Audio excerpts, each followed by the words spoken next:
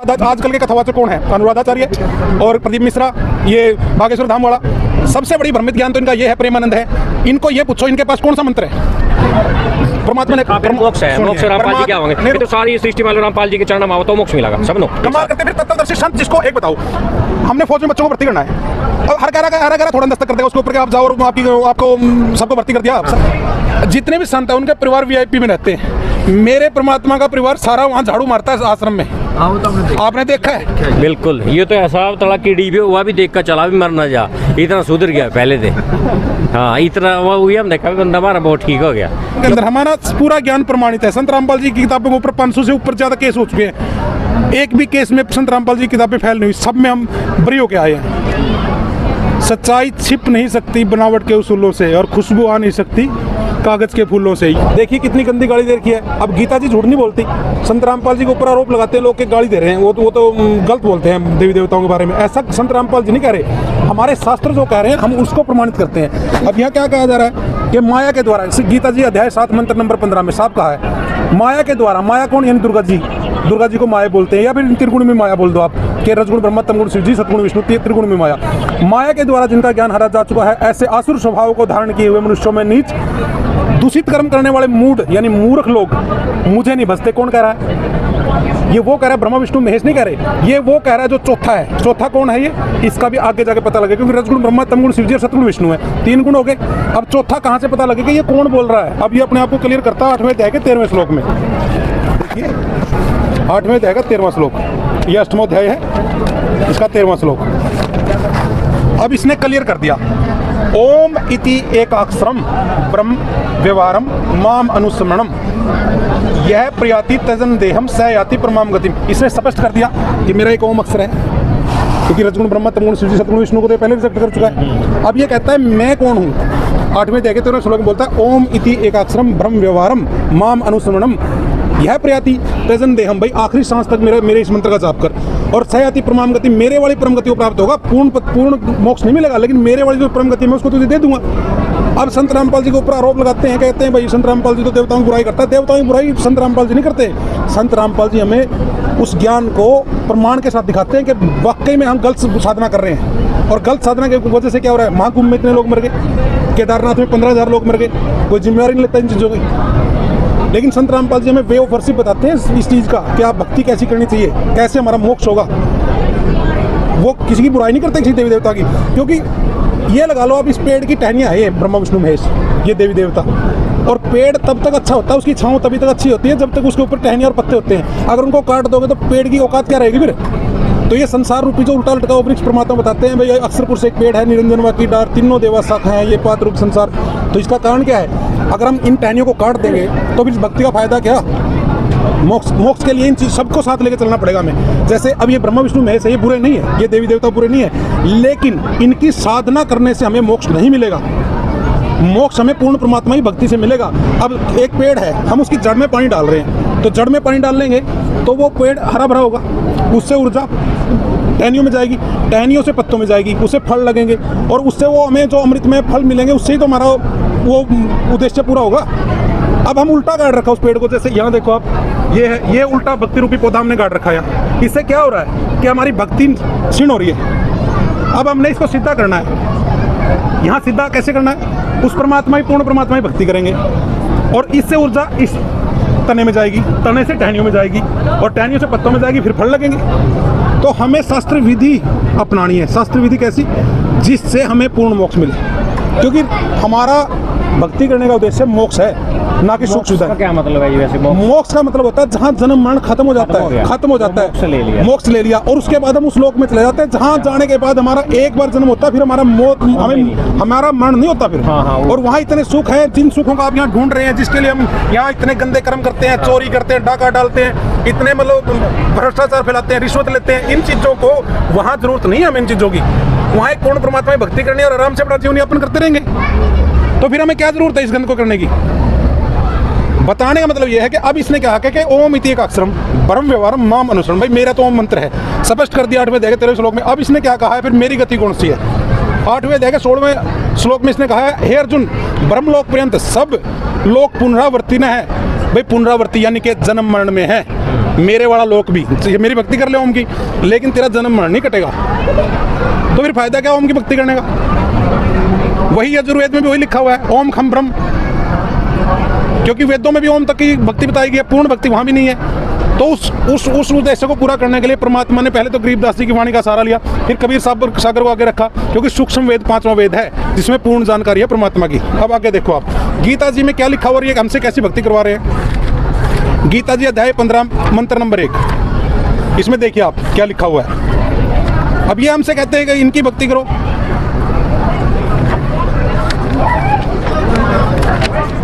गीता जी अध्याय 15 मंत्र नंबर 1,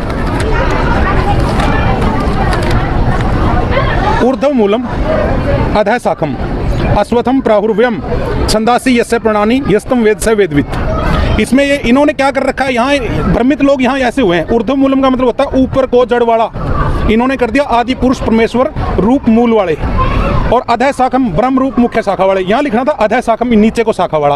अब इन्होंने अपनी चोरी अपने आप पकड़ा दी। अब अगले ही पेज पे क्या कर रहे हैं, तीसरे श्लोक में अधः का मतलब नीचे और ऊर्ध्व का मतलब ऊपर। अब ये यहाँ भी तो लिख सकते थे इस चीज को, लेकिन फिर आपकी समझ में आ जाएगा कि कहानी कहाँ से बिगड़ेगी।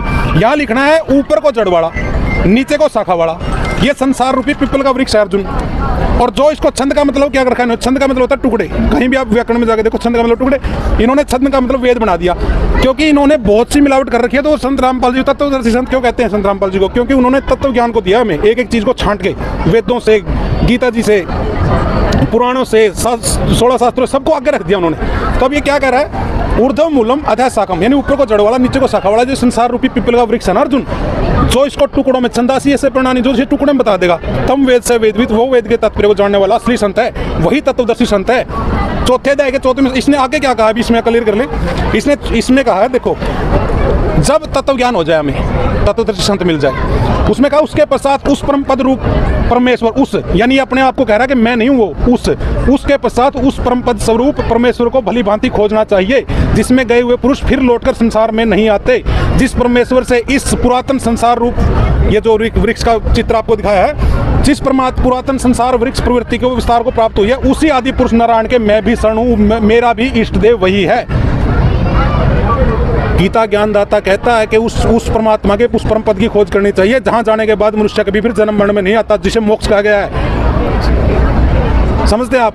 तो ये कहा है कि मैं भी उसी आदि पुरुष नारायण की शरण में हूं, यानी मेरा भी इष्ट देव वही है। और उसकी जानकारी कहां से मिलेगी? उसकी मिलेगी, उसमें कहा है तत्विधि प्रणिपातेन परिप्रश्नेन सेव्या उपदेक्षन्ति ते ज्ञानम ज्ञानिनः तत्त्वदर्शिनः है। वो चौथे अध्याय के 34वें श्लोक में कहा है कि वो ज्ञान तुझे उन तत्वदर्शी संतों के पास जाने से मिलेगा, उनको भली भांति दंडवत प्रणाम करने से और उनके आगे प्रेम से आग्रह करने पर वो बताएंगे तुझे उस ज्ञान को। ये लिखा हुआ है तत्विधि प्रणिपातेन परिप्रश्नेन सेव्या उपदेक्षन्ति ते ज्ञानम ज्ञानिनः तत्त्वदर्शिनः। उस ज्ञान को तू तत्वदर्शी ज्ञानियों के पास जाकर समझ, उनको भली भांति दंडवत प्रणाम करने से, उनकी सेवा करने से और कपट छोड़कर सरलता पूर्वक प्रश्न करने से वे परमात्मा तत्व को भली भांति जानने वाले ज्ञानी महात्मा तुझे उस तत्व ज्ञान का उपदेश देंगे। और वो तत्वदर्शी संत कौन है? संत रामपाल जी महाराज। आज तक ये शास्त्र जब से बने हैं, चारों वेदों के बारे में सिर्फ एक ही बात कही है कि रावण ने पढ़े थे 4 वेद, उसके बाद कोई दूसरा व्यक्ति धरती पे पैदा नहीं हुआ जिसने चारों वेदों को पढ़ा और कंठस्थ रखा हो। अब संत रामपाल जी हैं उसके बाद, जिन्होंने इस ज्ञान को लोगों के सामने बिल्कुल प्रमाण के साथ रख दिया है। अब इस जनमानस को सोचना है कि उसका भला किस बात में है, पत्थरों को पूजने में है, या ये आडंबर में महाकुंभ में नहाने से किसकी गति होती है वो सब देख ही रहे हैं लोग, केदारनाथ में जाने से किसकी गति हुई सब देख रहे हैं लोग। तो अब इस जनमानस को खुद सोचना है कि इनका भला किस चीज़ में है। गीता जी के सच्चे ज्ञान में है, वे ऑफ वर्शिप जो सही है शास्त्र विधि है उससे सही रहेंगे, या फिर इन पत्थरों को पूजने से भगवान मिलेगा, वो तो इनको सोचना है भगत जी। ठीक है, लास्ट में तो इन्हें निचोड़ी हुई काटे ना, नहीं निचोड़ ये रहा, निचोड़ है काटे। अभी एक कोई भी मान लो पुरुष आओगे वो आप लोग करा, जिस तरह संत रामपाल जी हो गए, हाँ। तो भी इनके वहाँ मान लो तो सारी सृष्टि नो मान लो यही वो कराएंगे। ऐसा नहीं होगा। देखिए आप इसमें फिर उसे भ्रमित हो रहे हैं। परमात्मा ने मोक्ष है, मोक्ष रामपाल जी क्या होंगे, ये तो सारी सृष्टि मान लो रामपाल जी के चरण में आओ तो मोक्ष मिलेगा सब नो। कमाल करते फिर तत्वदर्शी संत, जिसको एक बताओ, हमने फौज में बच्चों को भर्ती करना है, अब हर गहरा थोड़ा दस्तक कर देगा उसके ऊपर के आप जाओ और आपको सबको भर्ती कर दिया, सरकार ने पेंशन देनी है तो गजटेड ऑफिसर करेगा ना दस्तक। तो इस टाइम धरती पे एक संत रामपाल जी महाराज के सिवा दूसरा कोई संत ही नहीं है। आप जाओगे कहाँ? अभी वो एक ही है, तो फिर जाओगे कहाँ? अरबों, संत गरीबदास जी ने कहा है अरबों में कोई एक गर करे झुमकरा, वो अरबों में एक ग्रह होता है। आज 7 अरब 20 करोड़ जनसंख्या है, तो उसमें एक ही ग्रह है बस। वो कौन है? वो संत रामपाल जी ग्रह है। ज्ञान में गर्क मीन यानी कि पूर्ण संपूर्ण ज्ञान को अपने साथ लेके जो खड़े हैं, जो वेदों को आगे लिए बैठे हैं। इनके पास, ठाकों के पास आप ये तो बता दो कहाँ लिखा है इनके पास। आप इतना अंदाजा लगाओ, अनुराधाचार्य आजकल के कथावाचक कौन है? अनुराधाचार्य और प्रदीप मिश्रा, ये बागेश्वर धाम वाला। सबसे बड़ी भ्रमित ज्ञान तो इनका ये है, प्रेमानंद है। इनको ये पूछो इनके पास कौन सा मंत्र है? कथाएं सुनने से कौन किसका मोक्ष होगा? किस शास्त्र में लिखा हुआ है, किस वेद में लिखा हुआ है कि कथाएं सुनने से लोगों का मोक्ष हो जाएगा? मोक्ष हमारा मेन होता है, कथा सुनने से किसी का मोक्ष नहीं हो सकता। और रही बात, एक बात सुन लो, अगर महाभारत और रामायण के पात्रों की आप पूरा जीवन वृत्तांत देखोगे तो मेरे हिसाब में उन्होंने कभी सुख भोगा ही नहीं। इंक्लूडिव कृष्ण जी भी साथ में थे, राम जी भी साथ में थे। इनमें किसी भी करेक्टर को आप एक बार देख लो जिसका पूरा जीवन सुख में बीतता हो। सब दुखों में बीत गई। दुख भरी कहानी सुन के किसका भला होगा? इन कहानियों से कोई मोक्ष हो सकता है क्या किसी का? अब क्या कहते हैं ये एक बात और ये बहुत बढ़िया भगत जी ने बताई। इसमें लिखा हुआ है 7वें अध्याय के 19वें श्लोक में, बहुनाम, जहाँ से कंप्यूटर बंद हो जाता है। बहुनाम ऐसी संख्या होती है जहाँ कंप्यूटर काम नहीं करता। बहुनाम जन्म नाम अंते ज्ञानवान माम प्रबलते। बहुनाम यानी कि अंत, बहुत से जन्मों के अंत के जन्म में कोई ज्ञानी आत्मा मेरे वाली पूजा करती है। जैसे कि मार्कंडेय ऋषि जी ने ओम की तपस्या करी थी और ब्रह्मलोक को गए थे। अब उसके बाद क्या कहता है? वासुदेव सर्वमिति, जो सब में समाया हुआ है, जो सृष्टि के कण कण में रहता है, वो परमात्मा वासुदेव सर्वमिति, सह महात्मा सो दुर्लभ है।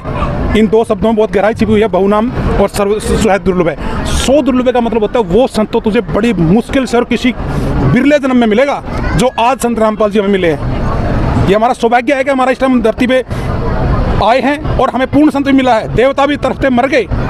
अभी मैं एक इंटरव्यू सुन रहा था एक भक्त व्यक्ति का, उसकी लड़कियों कह रही थी, भक्त जी मेरी माँ देवी की चौकी लगाती थी, और चौकी लगाती थी तो उसने पता लग गया मेरे भाई की मौत होगी, ताऊ के लड़के की, तो हमने वो छोड़ दी चौकी लगानी। तो वो देवी आई उसके बाद, जब उन्होंने संत रामपाल जी से नाम ले लिया, तो देवी कहती है बेटा मैं इसलिए आई हूँ कि तुम्हारा मेरे ऊपर कर्ज था, तुमने मेरी भक्ति करी थी, मैं चोरी से आई हूँ, मेरे को आदेश नहीं ऊपर से।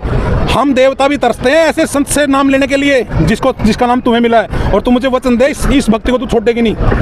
आज रो के वो परिवार अपने सुख गिना रहा है। वो लड़की मरी हुई जिंदा हुई है इसमें कटनी में, मध्य प्रदेश में, और वो यूँ कह रही है, वो देवी आके मुझे कह रही है, वचन लेके गई मेरे हाथ में हाथ रख के कि भाई तू इस भक्ति को मत छोड़िए बस। तो भाई जब देवता भी तरस रहे हैं, मैं खुद चंडी देवी हरिद्वार के महंत का जमाई हूँ और मैं शास्त्रों पे हाथ रख के कह रहा हूँ, झूठ नहीं बोल रहा। वहाँ मेरे जो ससुर जी हैं उनमें भैरव की चौकी आती है, तो उसका भैरव मेरे पास आया रात को। मैं झूठ नहीं बोल रहा हूँ, शास्त्र और परमात्मा मेरे सामने है, कोई इसमें कोई बनावट नहीं है, कोई ये समझे। वो भैरव आके मुझे कहता रात को 1 बजे खड़ा करके, बोला भगत जी खड़ा हो। मैं खड़ा हो गया, बोला एक बात याद रखिए मेरी कि जो तू भक्ति करता है इसे छोड़िए मत। मैं बोला जी क्यों? नहीं, बोला बस ऊपर से आदेश इतने थे बताने की, इससे आगे मैं बता नहीं सकता। अब जैसे ही मैं उठा एकदम उससे, भाई तू जो 2-4 बात तो करूँ उससे, इतनी देर में वो सटक गया। तो देवी देवता भी तरस रहे इस भक्ति को, लेकिन हम इसका जो असली मूल मकसद है ना परमात्मा का, जन जन तक अपना ज्ञान पहुंचाना। आप ये देखो इतने बड़े बड़े भंडारे दान से भी नहीं चल सकते। आज तक ढेरों संत हुए हैं, ढेरों आश्रम है, ढेरों पंथ हैं। आप मुझे एक जगह बता दो जहाँ देसी घी के भंडारे और इतने प्यार से किसी ने चलाए हों। कितना दान दे देंगे हम गरीब आदमी? हमारे पास तो अपने बच्चों को पालने के लिए पैसे नहीं है। आश्रम में क्या दे के जाते हैं हम? है पूरा परिवार आता है 3-3 दिन तक भंडारे करता है, पूरे विश्व को वो कर रहा है। ये देखिए बड़े भाग मानुष तन पावा, जो मैं अभी कह रहा था आपको कि देवता भी तरसते इस स्थिति को जो आज हमें मिली है, लेकिन हम इसकी कीमत नहीं समझ पा रहे आज। बड़े भाग मानुष तन पावा, सुर दुर्लभ सब ग्रंथ ही गावा, साधन धाम मोक्ष कर द्वारा अर्पाई न जही परलोक समारा। ये मौका है आपके पास मोक्ष करवाने का, अपने आगे की वो स्मरण देवी भागवत सुधा सागर है, लिखा हुआ है। ऋषियों ने संसार में, ये देखिए सुधा सागर में लिखा हुआ है, श्री भागवत सुधा सागर। ऋषियों ने संसार में अनेकों मार्ग प्रकट किए हैं, यानी अपने अपने मत चलाए हैं जितने भी ऋषि संत हुए हैं, किंतु वे सभी कष्ट साध्य हैं। किसी ने बता दिया कि जाओ आग में तपो, किसी ने कहा पानी में खड़े हो जाओ, किसी ने कहा पैदल जाओ, किसी ने कहा कावड़ लेके आओ, यानी कि वो सब, किंतु वे सभी कष्ट साध्य हैं और परिणाम में प्राय स्वर्ग की प्राप्ति कराने वाले हैं। अब बात स्वर्ग पे आ गई। स्वर्ग में क्या मिलता है इंसान को? स्वर्ग का राजा इंद्र है, सबको पता है। स्वर्ग का जो मेन हेड है वो इंद्र है, इंद्र देवता है। और इंद्र देवता का अगर आप इतिहास पढ़ लोगे तो फिर वहाँ जाओगे क्या लेने? जब विश्वामित्र जी ने तपस्या करी थी तो उसने अपना राज बचाने के लिए उसकी सबसे प्रिय जो सच वो थी मेनका, उसको विश्वामित्र को सौंप दिया था, भाई किसी भी तरह से मेरा राज बचा तू। तो जो व्यक्ति इतनी राजनीति करता हो तो वहाँ के लोग में आपको सुख मिल जाएगा। और चलो स्वर्ग तक हम पहुँच भी गए, फिर वापस नहीं आना, गधा बनना, तो फिर उस वहाँ जाने का फायदा क्या है? स्वर्ग तो एक होटल के समान बताया गुरुजी ने। परमात्मा ने आके मैं बताया कि स्वर्ग तो एक होटल है जो तुम्हारे पुण्यों को खर्च करने के लिए बनाया गया है इस काल के हाथ में। प्रमाण के लिए दिखा दो ये बस, ये स्वर्ग के बारे में क्या है। अब ये कहते हैं ते तम भुक्त्वा स्वर्लोकम विशालम अक्षणे पुण्य। यहाँ कहते हैं ये यहाँ सिर्फ अपने पुण्यों का नाश करने के लिए जाता है स्वर्लोक में व्यक्ति। वे उस विशाल स्वर्लोक को भोगकर पुण्याक्षण होने पर मृत्यु लोक को प्राप्त होते हैं। इस प्रकार तीनों वेदों में कहे हुए काम कर्म का आश्रय लेने वाले भोगों की कामना वाले पुरुष बार बार आवागमन को प्राप्त होते हैं। तो फिर भाई स्वर्ग जाने का फायदा क्या है? हमें तो मोक्ष करवाना है ना। अब घूम फिर क्या फिर वही परमात्मा कहते हैं ये अरहट का कुआ लोई या गड़बंदा है सब कोई कीड़ी कुंजर और अवतारा और हर डोर बंधे कई बारा। ये तो ब्रह्मा विष्णु महेश भी सारा डोरी में फंसे हुए हैं। तो हम क्या करेंगे उस भक्ति को करके? इस मृत लोक से तो पीठ चढ़ाना है। कभी बकरा बनते हैं, कभी कुत्ता बनते हैं, कभी सुअर बनते हैं, कभी गधा बनते हैं। अरे कब तक दुर्गति करवाओगे? अब जब परमात्मा आए हैं तो 100 सवाल खड़े कर रहे हैं हम। अब काल के वकील बन के खड़े हो गए हम। सारे शास्त्र प्रमाण के लिए आगे रखे हैं। परमात्मा ने रखा क्या है अपने पास? सारा ज्ञान आपके आगे रख दिया है, पूरा परमात्मा आपके आगे रख दिया है। और फिर कहा 18वें अध्याय के 22वें श्लोक में तमेव शरणम गच्छ सर्व भावेन भारत। बस इन बकवादों को छोड़ के और एक उस परमात्मा की शरण में चला जा। उस सारे पूरे भाव से एक परमात्मा की भक्ति कर। इसको पूरा कर दो, ठीक है? इसको पूरा कर दो। और अब क्या कहते हैं? अभी तक ये यहाँ लिखा है ऋषियों ने संसार में अनेकों मार्ग प्रकट किए हैं किंतु वे भी सभी कष्ट साध्य हैं। भाई बिल्कुल ऐसी भक्ति बता दी कि मनुष्य कर ना पाए। अब हमारी तो यही नीति है कि भाई जो बाबा लोग करते हैं वो हम कर नहीं सकते। अब गृहस्थी व्यक्ति तो यही सोचता है भाई मेरा तो मोक्ष होगा नहीं, क्योंकि साधु तो तपस्या करने जंगलों में जाते हैं। अब जंगलों में हम जाए ना और वैसे हमारी तपस्या होना तो फिर मोक्ष कैसे होगा? तो फिर ये तो चंद लोगों के लिए मार्ग है, लेकिन ये तो संसार के हर व्यक्ति के लिए, हर जीव के लिए परमात्मा ने खोल दिया दरवाजा बाके। कहते हैं अभी तक भगवान की प्राप्ति कराने वाला मार्ग तो गुप्त ही रहा है। ये श्री भागवत सुधा सागर में लिखा हुआ है कि अभी तक देखो कितने दिन से सृष्टि चल रही है, 43,20,000 साल का चतुर्युग है। इसमें परमात्मा कहते हैं अभी तक भगवान की प्राप्ति कराने वाला मार्ग तो गुप्त ही रहा है। उसका उपदेश करने वाला पुरुष भाग्य से ही मिलता है। बहुनाम जन्मानाम ज्ञानवान अंते माम प्रपदते। बहुत से अंत के जन्म में कोई मेरे वाली भक्ति करता है। वासुदेव सर्वमिति सहमात्मा सो दुर्लभ है, यानी कि सो दुर्लभ है उसकी आप व्याख्या नहीं कर सकते। वो आपको किस कर्म से, पता नहीं कितने जन्मों की भक्ति और कितने जन्मों के पुण्यों से वो प्राप्त होता है। वो परमात्मा जो आज संत रामपाल जी हमारे लिए कर रहे हैं। भगत जी हम अपने सुखों को गिड़ाते गिड़ाते रो पड़ते हैं। हम कैसे कैसे समझाएं? अब हमें ये लगता है कि आपके अंदर ये ज्ञान कैसे फीड करे? तो परमात्मा को कितनी मेहनत करनी पड़ी होगी। यहाँ तक इसमें पढ़ना नहीं छोड़ा, कितना भी ज्ञान समझा लो अट कट पट पता नहीं कितने सवाल खड़े कर देता है। आज तक इन साधु संतों से नहीं पूछा। आपने अनुराधाचार्य को देखा, आपने बागेश्वर धाम वाले को देखा, आपने प्रदीप मिश्रा को देखा, आपने प्रेमानंद को देखा। इनका कोई एक भगवान है क्या? कोई हनुमान को भगवान बताता है, कोई विष्णु जी को भगवान बताता है, कोई शंकर जी को भगवान बताता है, कोई राधा जी को भगवान बताता है। कहाँ तक रोए हम इनको? इनसे कोई नहीं सवाल पूछता। संत रामपाल जी के ऊपर 1000 प्रश्नवाचक चिन्ह लगा देते हैं लोग। नहीं नहीं ऐसा नहीं वैसा नहीं। अरे भाई उन्होंने तो शास्त्री तो पढ़ाए हैं, तुम्हारे लिए अलग से कर क्या दिया उन्होंने? एक संत का जीवन कैसा होता है? नहीं आप सोच के देखो, जितने भी संत है उनके परिवार वीआईपी में रहते हैं। मेरे परमात्मा का परिवार सारा वहाँ झाड़ू मारता है आश्रम में। आपने देखा है? बच्चे भी उनके वहीं रहते हैं, वही दाल रोटी वही खाते हैं, वही हम खाते हैं। वो परमात्मा खुद कैसा भोजन कर रहे हैं वहाँ पे सबको पता है। संसार का कष्ट काटने के लिए संत एक पेड़ की तरह होता है। जैसे पेड़ धूप में खड़ा होकर लोगों को छांव देता है, ऐसे ही संत का जीवन हमेशा कष्ट में ही रहा है। और वो वो जीवों को उद्धार करने के लिए खुद भी तपता है और अपने बच्चों को भी तपाता है। भाई तुम किसी भी तरह, संत रामपाल एक शरीर नहीं है, संत रामपाल एक विचार है। आज ये इतने आश्रम खड़े हो गए। 2016 में कांड हुआ, 17 में, जब भी 14 में। तो आप ये सोच के देखो, उसके बाद परमात्मा का चमत्कार। संत की ये होती है परिभाषा। कितने आश्रम चल रहे हैं, कितने भंडारे चल रहे हैं, कितना ये प्रचार चल रहा है, अरबों रुपया खर्च हो रहा है। और परमात्मा की दया देखो, हमारे पास तो देने को कुछ भी नहीं है यहाँ। तो ये सतलोक से आ रहा है सारा धन। और उस भगवान को लोग क्या कहते हैं? सोच के देखो आप, उनका पूरा परिवार, आप धनाना धाम में जाके देखो, सारा परिवार झाड़ू लगाता है वहाँ। ऐसा है कोई संत धरती पे? सोच के देखिए आप जरा, कितना कष्ट है कि वो हमारे लिए, हम नीचों के लिए। और इतने प्रमाण देने के बाद भी 100 सवाल खड़े कर देते हैं लोग। इसलिए गीता जी में कहा गया है, सर्वधर्मान परित्यज्य माम एकम शरणम वर्ज अहम त्वाम सर्व पापेभ्यो मोक्ष्यामि मा शुच। इन्होंने वर्ज का मतलब जाना है, जाना है, जाना है 1000 नहीं 1 करोड़ बार कह चुके हैं। वर्ज का मतलब जाना है, इन्होंने उसको आना ही बना रखा है, ना मानते। अरे इनसे भी कोई सवाल कर लो भाई, हनुमान जी भगवान कैसे हो गया? अब मेरे गुरुजी मेरे सिर पे बैठे हैं, जब तक वो है ना, मैं कौन हूँ, मेरी औकात क्या है? हनुमान जी भगवान राम की तपस्या करते हैं, भगवान राम जी दुर्गा की तपस्या करते हैं, दुर्गा निरंजन काल को भगवान बताती है, और वो ये कहता है कि ओम तत्सत इति त्रिविधा समृत है, वो 3 मंत्र का जाप उस पूर्ण परमात्मा का, और मैं भी उसी की शरण हूँ। ये बता तो दिया है? जब वो स्पष्ट हो गया, ये क्लियर, बिल्कुल क्लियर हो गया कि परमात्मा कोई वो है, उत्तम पुरुष है, तो अन्य परमात्मा इति उदारता है लोकतर, तो कहने का मतलब ये परमात्मा तो कोई और है, तीसरा है, वो खुद कह रहा है, और ये कृष्ण को ही परमात्मा बनाने में अड़े हुए हैं। ऐसा कैसे हो सकता है? क्या ये घर झूठ बोल रहे हैं? नहीं, ये कहते हैं गीता जी में राधे राधे शाम मिला दे, राधे राधे का ही मंत्र है इसके अंदर, हरे कृष्ण हरे राम का ही मंत्र है इसके अंदर। जब गीता जी ये कह रही है, जो कह रही है कि हमारा हिंदू धर्म का सबसे पवित्र ग्रंथ है गीता जी, हमें इसकी माननी है या किसी झूठे आदमी की माननी है?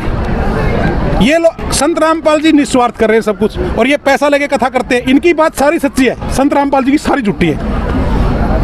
हमारे साथ लोग लड़ने को तैयार हैं, हम फ्री में किताब दे के आते हैं, इनकी किताबें हज़ारों रुपए में बिकती है, छोटी छोटी किताबें, वो सही हैं, और एक पैसे का ज्ञान नहीं उनके अंदर। हमारा पूरा ज्ञान प्रमाणित है। संत रामपाल जी की किताबों के ऊपर 500 से ऊपर ज़्यादा केस हो चुके हैं, एक भी केस में संत रामपाल जी की किताबें फेल नहीं हुई, सब में हम बरी होके आए हैं। सच्चाई छिप नहीं सकती बनावट के उसूलों से, और खुशबू आ नहीं सकती कागज़ के फूलों से। ये बनावट के उसूल मतलब ऐसे परमात्मा ज्ञान है, ये कागज़ के फूल नहीं है, ओरिजिनल है ये परमात्मा सारा प्रमाणित ज्ञान। और आप देखते रहना, आने वाला टाइम संत रामपाल जी के ज्ञान का है। थोड़ा टाइम लगेगा सच्चाई को ऊपर आने में, लेकिन वो आएगा वक्त और ये सारा संसार देखेगा सच्चाई। बंदी चोर।